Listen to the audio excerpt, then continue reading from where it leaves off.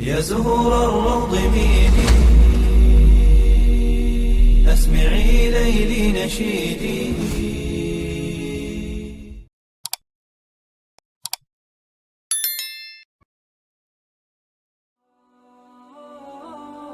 Assalamualaikum warahmatullahi wabarakatuh. Syukur alhamdulillah, dalam kesempatan yang mulia ini kita masih diberikan banyak kenikmatan sehingga kita dapat berjumpa kembali di channel ini. Marilah kita senantiasa bersolawat serta salam kepada junjungan kita semua, yaitu baginda Nabi Muhammad sallallahu alaihi wasallam. Allahumma sholli ala sayyidina Muhammad wa ala ali sayyidina Muhammad. Doa dan harapan saya, semoga sahabatku semuanya selalu diberikan kesehatan, diampuni segala dosa-dosanya, dikabulkan segala doa dan hajatnya, serta dilapangkan rezekinya oleh Allah Subhanahu wa ta'ala. Amin, amin ya rabbal alamin. Sahabatku yang dirahmati oleh Allah Subhanahu wa ta'ala, banyak orang yang terbangun di waktu saat malam hari, tapi sayangnya fenomena ini seringkali diabaikan. Namun tahukah kita bahwa ini adalah cara tubuh dan Allah sedang berkomunikasi dengan kita? Jadi pilihan dari waktunya bangun di malam hari, tubuh kita sedang mengalami sensasi tertentu. Ini juga sebuah cara fisik dan emosi menyampaikan masalah pada kita. Jika terbangun di tengah malam, sebaiknya jangan diabaikan. Lalu, apa saja rahasia ilmiah tubuh dalam menjawab hal tersebut? Dan apa rahasia Islam mengungkap dalam kebiasaan tersebut? Mari kita simak videonya bersama-sama. Yang pertama ialah bangun jam 9 sampai jam 11 malam.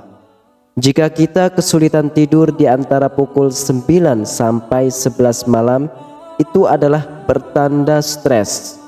Ini adalah jam tidur bagi kebanyakan orang. Jika merasa sulit tidur, tandanya sahabat sedang stres dan khawatir. Sholat hajat bisa jadi solusi untuk masalah ini. Membaca Al-Quran juga bisa menjadi solusi untuk kita agar hati menjadi lebih tentram, sehingga tidur menjadi lebih nyenyak dan berkualitas. Yang kedua, bangun jam 11 sampai jam 1 malam. Ketika kita terbangun pada pukul 11 malam hingga 1 pagi, pertanda kita sedang mengalami kekecewaan emosional. Pengobatan kuno mengatakan bahwa ini adalah waktu di mana kantong empedu aktif. Bangun pada jam ini menunjukkan kekecewaan. Cobalah untuk tenang dan memaafkan diri kita sendiri, maka itu yang akan membantu. Yang ketiga, bangun jam 1 sampai jam 3 pagi. Bangun antara pukul 1 hingga 3 pagi menunjukkan kemarahan, titik energi terhubung dengan hati. Bangun pada jam ini menunjukkan bahwa Anda sedang marah dan memiliki energi yang berlebihan. Cobalah minum air dingin, bermeditasi, atau bisa tidur kembali. Yang keempat ialah bangun jam 3 sampai jam 5 pagi. Jika kita terbangun pukul 3 hingga 5 pagi, tandanya Allah sedang berusaha berbicara pada kita. Jam ini menunjukkan bagian paru-paru dan kesedihan. Jika terbangun di jam ini, maka dipercaya Allah membimbing kita untuk menjadi lebih baik. Itulah mengapa saat sepertiga malam adalah waktu yang paling tepat untuk beribadah kepada Allah Subhanahu wa ta'ala. Pada waktu sepertiga malam, ketika orang-orang masih terlelap dan menarik kembali selimutnya, disitulah rahmat Allah sedang turun. Allah akan mengabulkan seluruh doa-doa kita, doa yang langsung dikabulkan ataupun diganti hal yang lebih baik menurut Allah. Lalu cobalah bernafas perlahan dan berdoa agar bisa kembali tidur hingga azan subuh berkumandang. Kemudian siklus bangun tidur yang terakhir adalah bangun jam 5 sampai jam 7 pagi.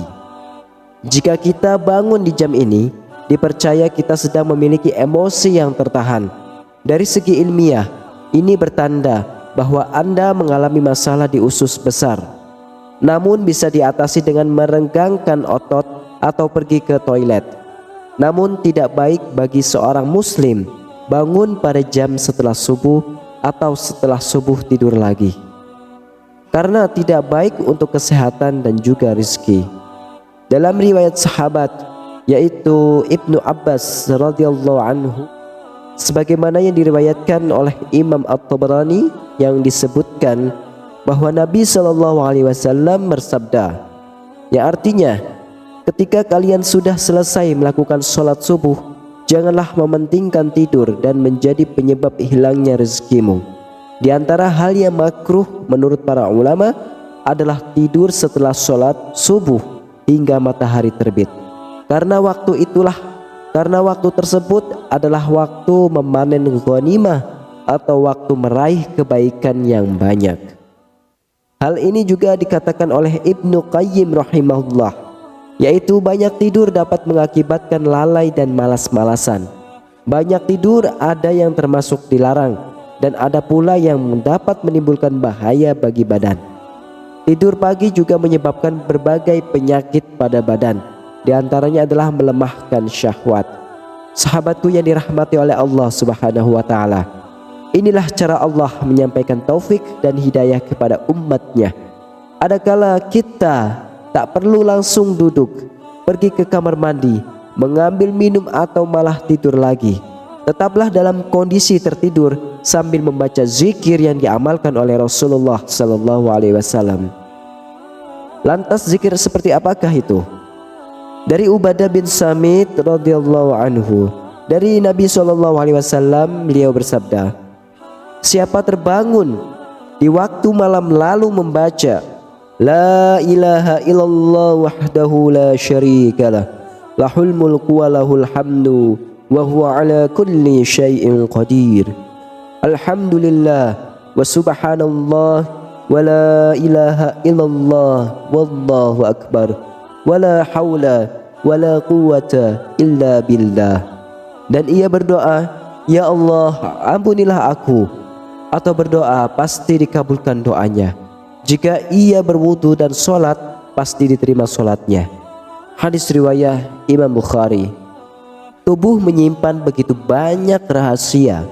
Jika kita belajar mencari tahu dan mendengar, maka tubuh sebenarnya sedang memberitahu kita. Informasi kita juga bisa meningkatkan kesehatan fisik dan spiritual dalam kehidupan kita. Demikianlah saudaraku yang dirahmati Allah yang bisa dapat saya bagikan dan sampaikan. Semoga bermanfaat untuk kita semuanya. Wallahu a'lam bishawab. Wassalamualaikum warahmatullahi wabarakatuh.